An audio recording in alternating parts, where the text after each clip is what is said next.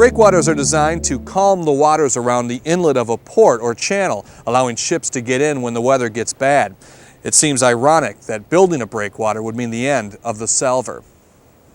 The Salvor was no stranger to storms, having survived the King of Storms in 1913. Then called the Turret Chief, the ship grounded off the Keweenaw Peninsula in a killer gale that took 240 sailors and over a dozen ships. The Turret Chief's crew were saved, as were the men aboard the Turret Cape, and many believed it was the rounded deck of these ships that got them through the storm. Huge waves pounded the Great Lakes for 3 days. Ted Bullard rode out the storm as a young guest aboard the Turret Cape. Obviously, when we got in the neighborhood of Goderich, Ontario, there was no possibility of getting in there.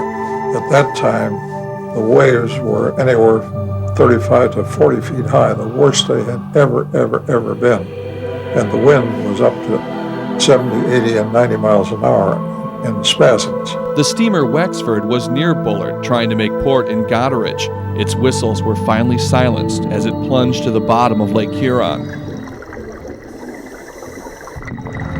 Ted remembers finally making port and being greeted by the whole town when they sailed in. When we pulled in there, the town band was down there.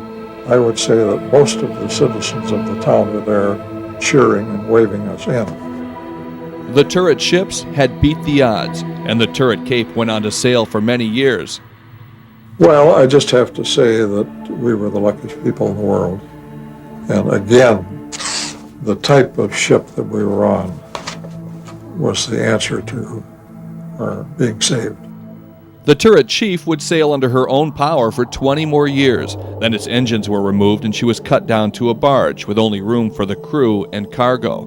Renamed the Salvor, the barge was under tow by the tug Fitzgerald when the waves and wind picked up in 1930.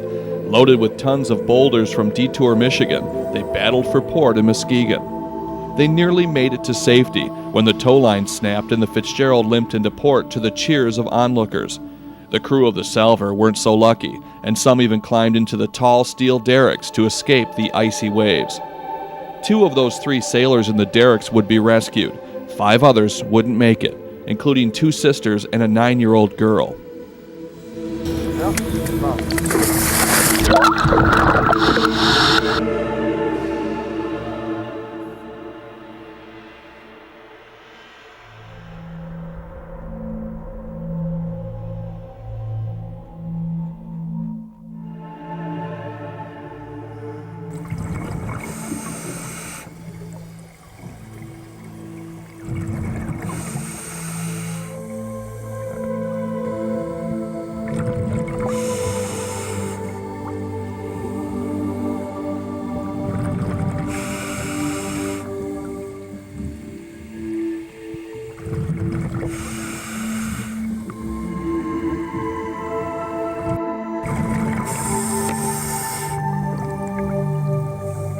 Today, the boulders still lie on what is left of the hull of the Salvor.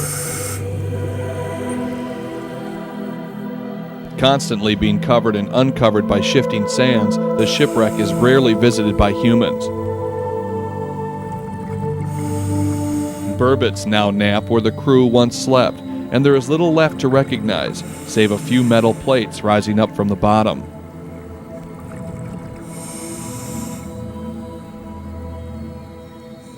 The Turret Chief may have survived the worst storm of our century, but destiny would only allow her a name change and conversion before Mother Nature would finally take this turret ship for good.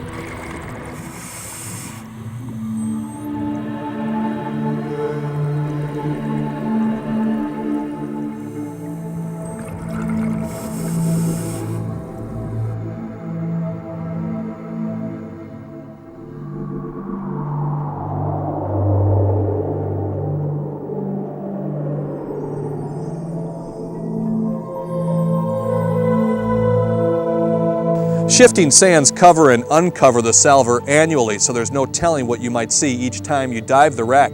Sometimes you might not find the wreck at all.